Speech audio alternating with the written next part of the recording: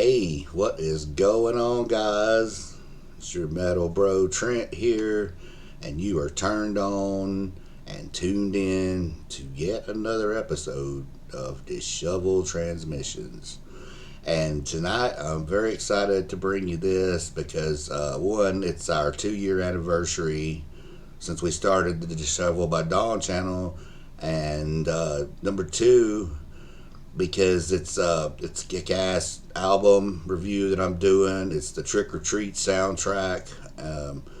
You guys maybe have heard some of us talking about the Trick or Treat music and the movie in past week. I know we've done a live watch, and this is the first movie we done.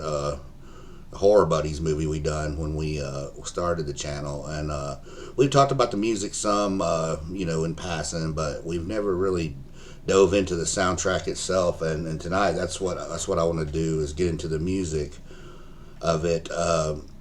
So without further ado, let's get cracking at it, man. The Trick or Treat soundtrack, it's got a little bit of a history to it. It's a band performed it called Fastway, and a lot of you probably know who Fastway is, but for those of you who don't, Fastway was a band that started in 1983. It was started by Fast Eddie Clark of Motorhead and Pete Way, who played in UFO, who's a bass player in UFO, and they had kind of gotten together and were frustrated at the direction that both of their bands were heading, and so they thought, well, let's start a group together, and sounds like a good idea. And so they recruited Jerry Shirley, who played in Humble Pie. He was known for playing drums in Humble Pie, so they recruited him on drums. And they got a singer not long after that who wasn't known at the time, but his name was Dave King. And he would go on, to sing for the majority of the band stuff, and except the later stuff. And he would go on to form a band called Flogging Molly, which you guys have probably heard of or familiar with. He formed those in 2000, that band. And at the time, it seemed kind of like a small super group, but they ran into early problems, Fastway did. Pete Way, he never played a note on an album because of, I don't know, he left because, I don't know if it was contractual obligations or other gigs he was offering, whatever the fuck.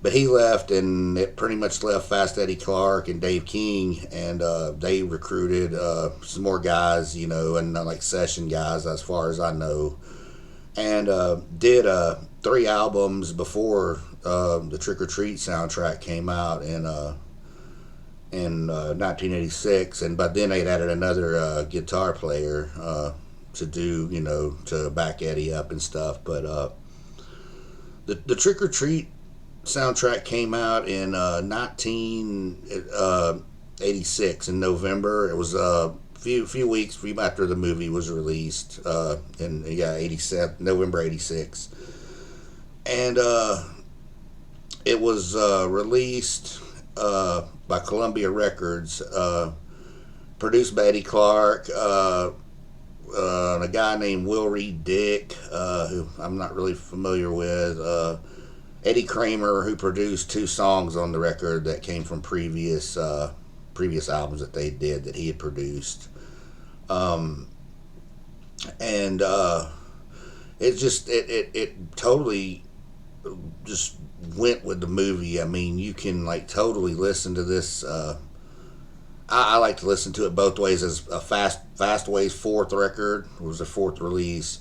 Or you can listen to it as Sammy Kerr's final album, Songs in the Key of Death, the one that Gene Simmons in the movie was going to play after midnight, after Sammy had burned up in the hotel fire and stuff like that, and Gene's is like, he was like, yeah, he started believing his own bullshit and his own hype. Yeah, imagine that coming from Gene Simmons, right? It was a little ironic moment in the movie. But back to the music.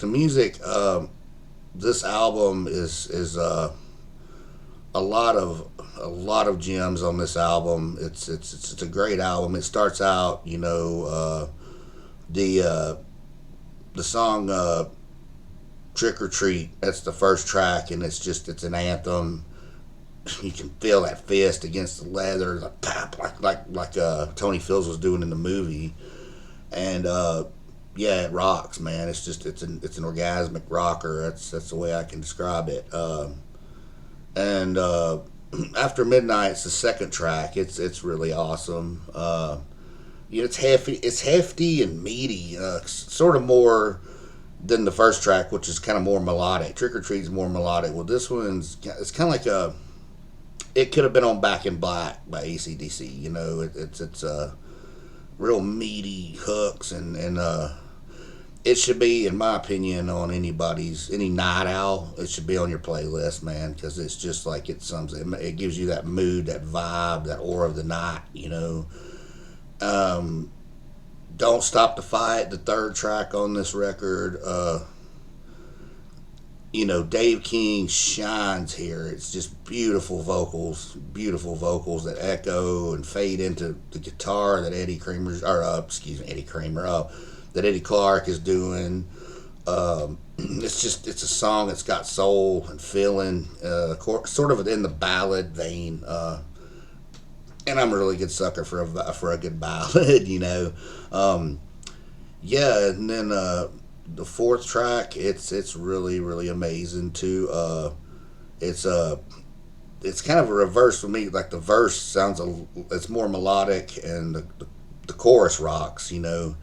Which most of the songs on this is a reverse, but it's a breath of fresh air.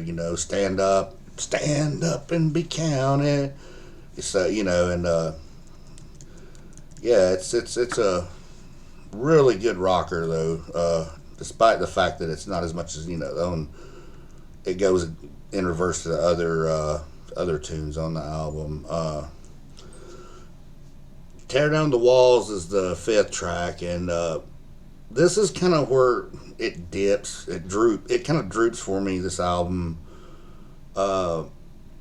in this area for a couple songs, but it doesn't say that's a bad song. Tear Down the Walls is it really goes with the movie. It's just my only complaint with it is it's too short, and the sound effects in it are cool, but there's a lot more they could have done with it. Made it a longer track, a little bit longer. I think it was like 1 minute 42 seconds.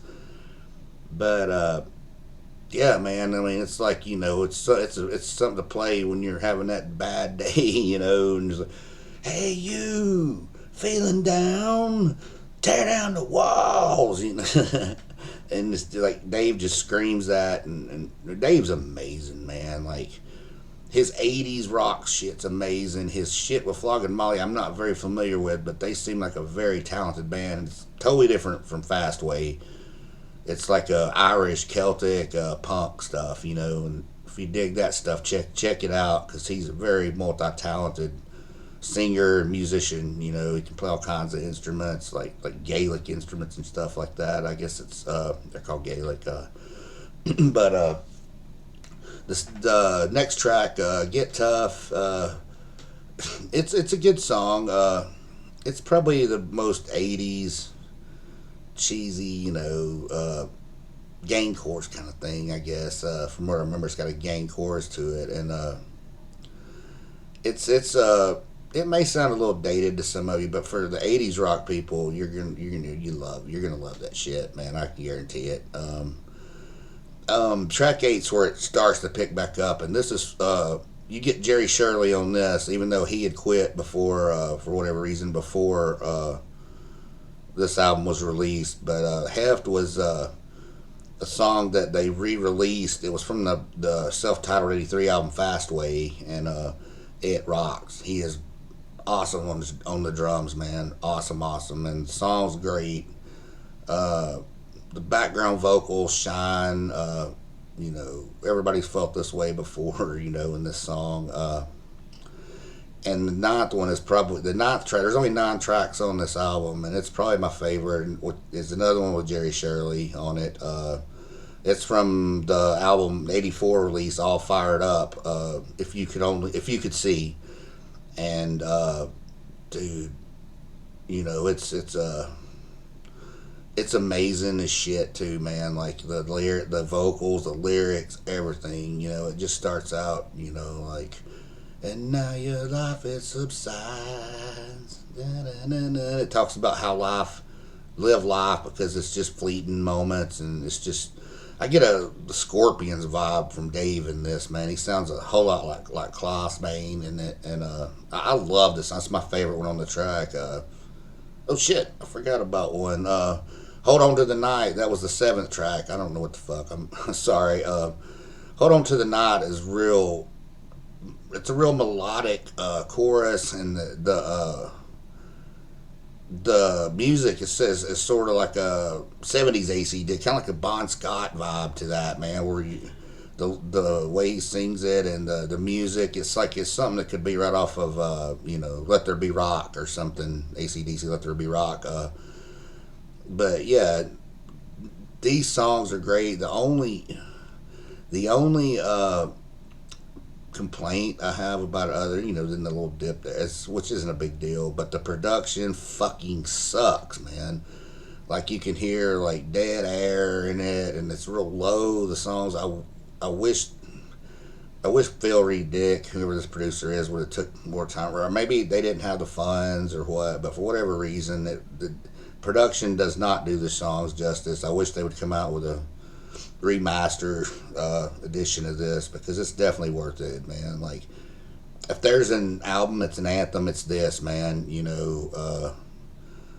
Young lust, teen angst, all that shit, man. Restlessness, rebellion, it's all there. And whether you listen to it as Fastway Trick or Treat soundtrack, or you listen to it as Emmy Kerr's Songs in the Key of Life, it's a fucking epic album with gems every track. I mean, I never skip a track on it. I just play it all the way through. Yeah, it's an epic album. A lot of rockers on it. If you love 80s rock and you've never heard this, man, like you should be checking it out, man, because it is amazing. If they do a remastered version, I'll be the first in line to buy it, which they may have. I don't know. I'm not the best on keeping up with that, but I'm gonna look and see if they did. It's an amazing album, and 80s rockers will love it. Rock and roll fans will love it. Some metalheads will love it.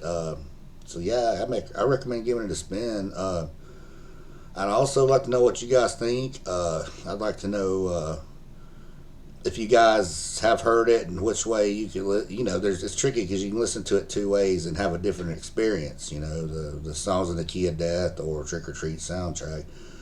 How do you guys prefer to listen to it? Do you like to do it along with the movie, or as a separate entity, or both? I'd love to hear your thoughts on that. And did you think they did a good job with the soundtrack, or do you think somebody else would have done better? I got to say, man, like Dave King is just fucking. I've gained a shit ton of respect for him. Like since I've listened to some of the Flogging Molly, just the different styles between those two, because he rips it in the '80s, man, with Fastway. Just to go from like a rock singer to what he's doing now. So I want to check out more of him too. But yeah, sadly I don't think we'll get any more Fastway, and that sucks. But yeah, there's 7 or 8 albums that these guys have that you can check out and stuff if you really dig this.